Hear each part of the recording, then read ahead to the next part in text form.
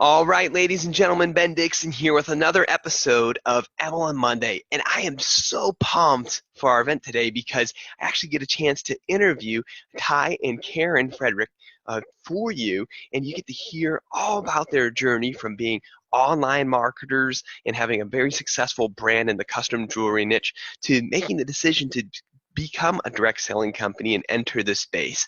So this is one of those exciting times that you get an opportunity to hear from real people who start these companies and put them together.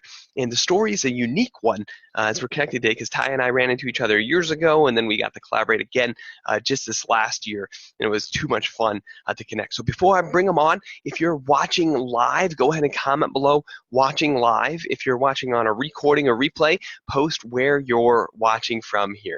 And as you're checking out MLM Monday today, if this is your first time checking out the show, we're almost at episode 100 here. So there's a lot of content you can go back and forth on and see other tips and stuff for your business. And these special interview showcases are for you to understand what's possible here inside of the space. So whether you're running a direct sales company or whether you're a team inside of one, there's powerful information that you can learn of real people just like you. So Ty and Karen, thank you so much for being here today. Thank you for joining me here on the show. How is everything going on your side so far? Good, good. Oh, Thanks for oh, having us. Yeah, this is awesome. well, your story is super fun. And before getting into it all, I want to go ahead and just kind of give a background for everybody and have you go ahead and share that as before we jump into Cold Jackson, the creation of it. And so go ahead and share for both of you. We'll go separate. We'll go ladies first. So for Karen, what was your primary focus? Like, what were you doing in life before starting Cold Jacks, the original brand? So just before starting Cool Jacks, I was being a mom. I had a 3-year-old and a 1-year-old at the time. I was selling for a different direct sales company that was I was doing jewelry parties out of the house. And Ty was working full time. Mm-hmm. Yeah. Doing. I grew an insurance agency. I had an agency for 10 years.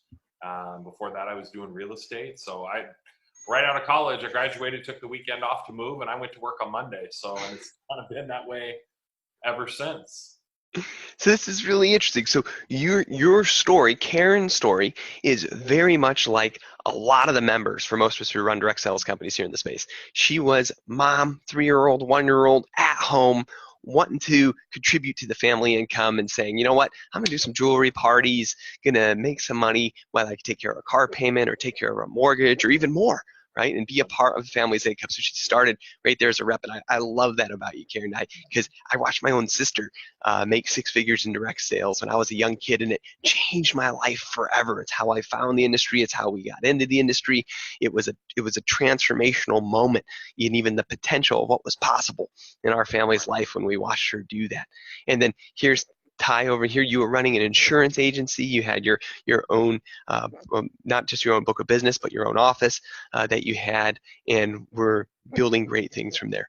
And so, what was the events that before getting into the direct sales component, because it didn't go right from you're at home selling jewelry for another network marketing company and you go to Ty and say we should start an MLM, and you went and started. That's not the direction you went at all. You went like completely the opposite. So what was the beginnings of Cold Jacks? Why did you stop selling for this other company and then decide, no, I'm going to start my own business as a traditional direct to consumer business? Yeah. Right. So I started selling for another jewelry company so that I could stay at home with the kids and still have an income. But as I got busier and busier and started to grow that direct sale business, it was putting me out of the house multiple nights a week. I was I was traveling for jewelry parties on the weekends, and it kind of was starting to defeat the purpose. So I thought, how could I still work in this space and not ever leave my house and just be able to do what I love? And I also have a creative side to me. So I was like, why don't I make my own jewelry? And that's kind of how I saw a need for online social selling with jewelry. And I wanted to just step out and try it and see what happened. And at that time, it was not at all what it is today. There were a lot of these large companies, including the one that Karen worked for, that were so gun shy. It was something that was so new. And so they just basically said, we don't know enough about it. So no, so you can't share our brand, grow your business through social media because we don't know how to control it. Right. Yeah. Mm-hmm. But you saw the need for it. Yeah. Yeah. So that's amazing. So it was actually Facebook, when you started your own brand, it was social media and Facebook that was what you were using to get your customers and the people who were purchasing your products here inside of the system. Yep. Yep. And it just all has kind of snowballed from there. Yeah. It was 7 years ago. Yeah. She, the pieces were a little bit different than what we do now. She was doing a lot of cutting glass and doing some soldering. And it was kind of some one-off things, and people would come to her and say, hey, I like this design, but could you make this for me? And she's like, oh yeah, definitely, let me put my own spin on it. And she would kind of make these one-off things instead of including her own original designs, and sold those through Etsy. Yeah. That was a good little jump start. And we kind of just fell into that personalized niche. Yeah. That way. It's so special, and it just talks about how humble you guys are, because you started soldering together jewelry on Etsy, and then 7 years later, I mean, talk about tens of thousands of customers later, right? Who you've built this custom jewelry machine. Like, for those that haven't seen Kolejacks before, I mean, you're able to go to the site and it's not just regular pieces from a catalog that you're ordering for your mom.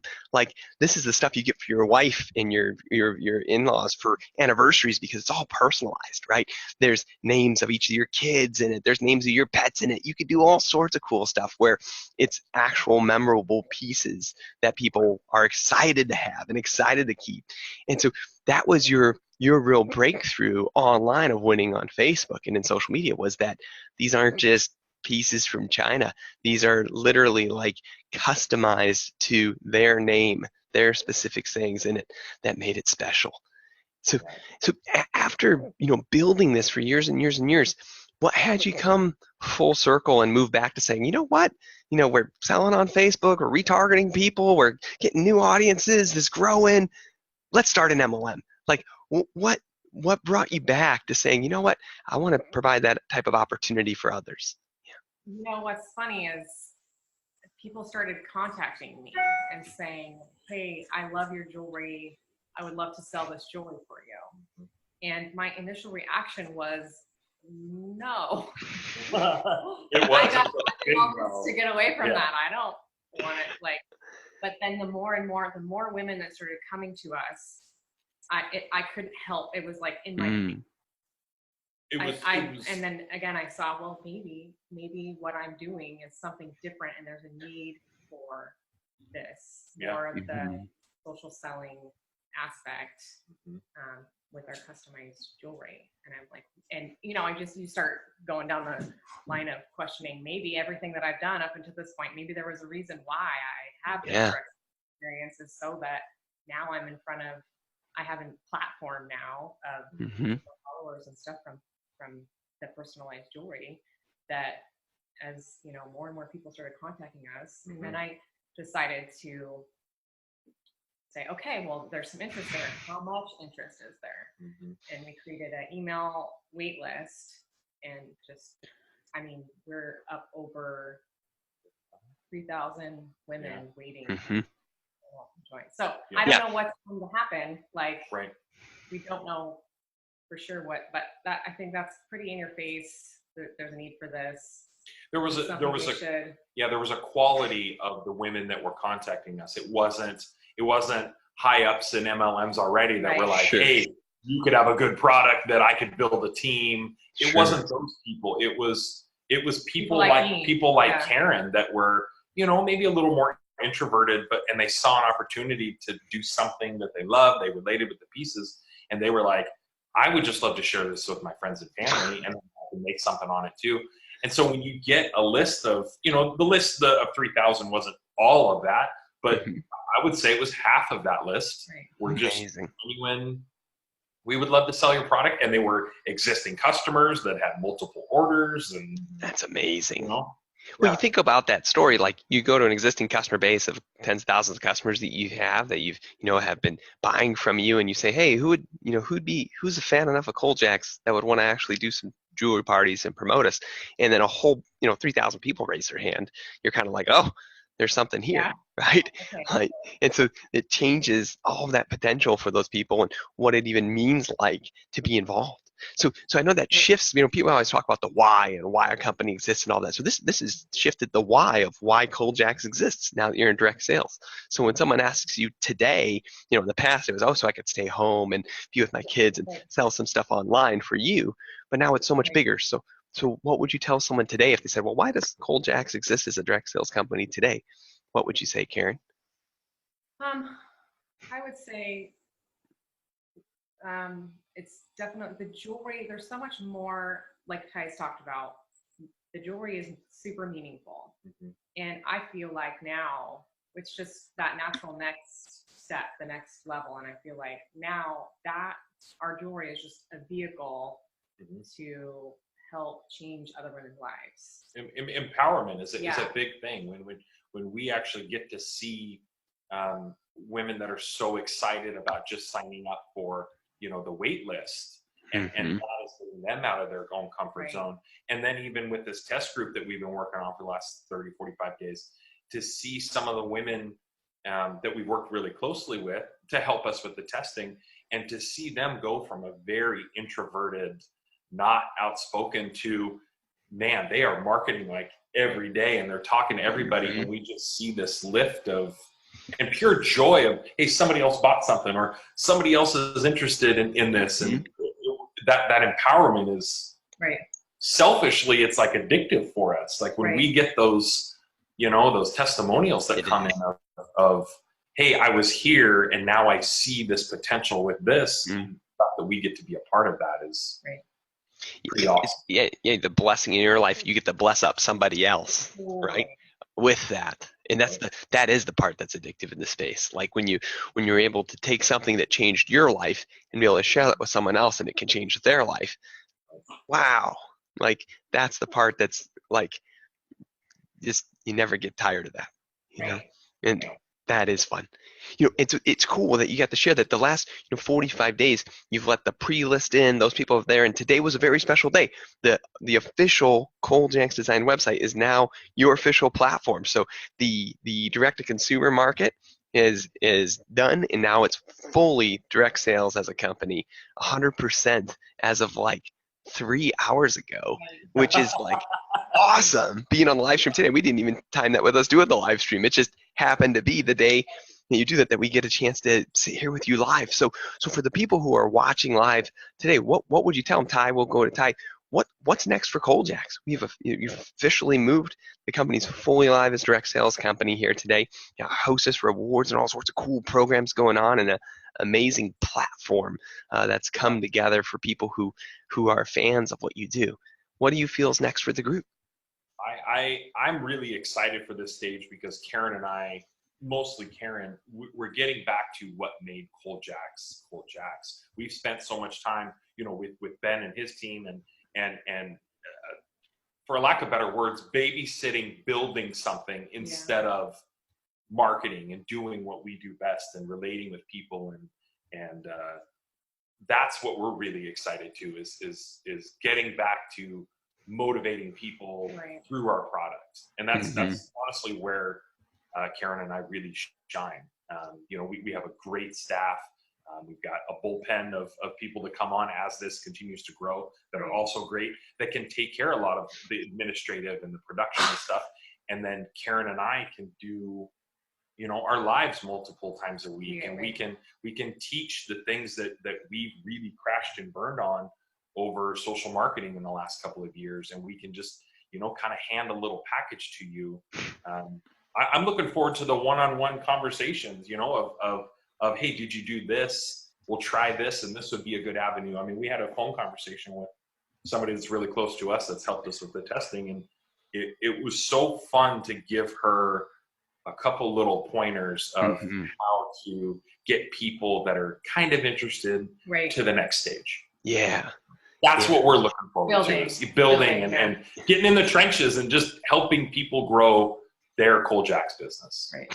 That is awesome. And what more could you ask for in owners and founders than people who are here willing to do the work and excited about growing the tribe? And that's one of the things I thought was such a gift from Karen. I watched her during the full pre-launch and everything else of how she gathered the tribe and how you as founders nurture your tribe through social. And you guys are all in, like you play hardcore. That's something, sometimes when you work with folks in the direct sales space, the corporate employees or the founders don't really take an active role in social media. They don't really participate in that conversation. And you're participating in a very relevant conversation, the way you work in the Facebook groups with members, the way you communicate through your platform. You're showing up in a very special way. And I think that that's really fresh and fun. Like when people actually experience the Kole Jack's tribe and they're in there and they see the founders right in there communicating, doing lives, all this cool stuff. Like it's pretty special. And so you're setting the bar, the participation bar as a founder. You're setting that pretty high for other folks in the space who are kind of like, oh yeah, we let our social media manager Julie take care of that, and like, no, you're a part of the conversation. It's like Gary V answering all his DMs on Twitter, right? Right. At 4 a.m. when he's taking a car to the airport, does he have to be sitting in his car replying to every DM on Twitter? No, he doesn't, but he does, right? Because that's just what Gary V does, right? And I watch you two live that way, and it's awesome. So I just think that that's very cool. Well, team, if you and folks who are watching the show, if you are looking for more info, you can go to www.kolejacksdesigns.com. You can check out Ty and Karen's passion project there and everything they've been putting together in the work. If you have questions for them, ask them there, and go check out their awesome products and everything they're doing here inside of the space. Well, Ty and Karen, I want to thank you so much for having, for coming out here and being a part of the show today. I'm excited to get this shared on the networks and get your story out there. Have an awesome, awesome day. We'll talk with you soon. Bye. Thanks so much. Yep. We'll see you.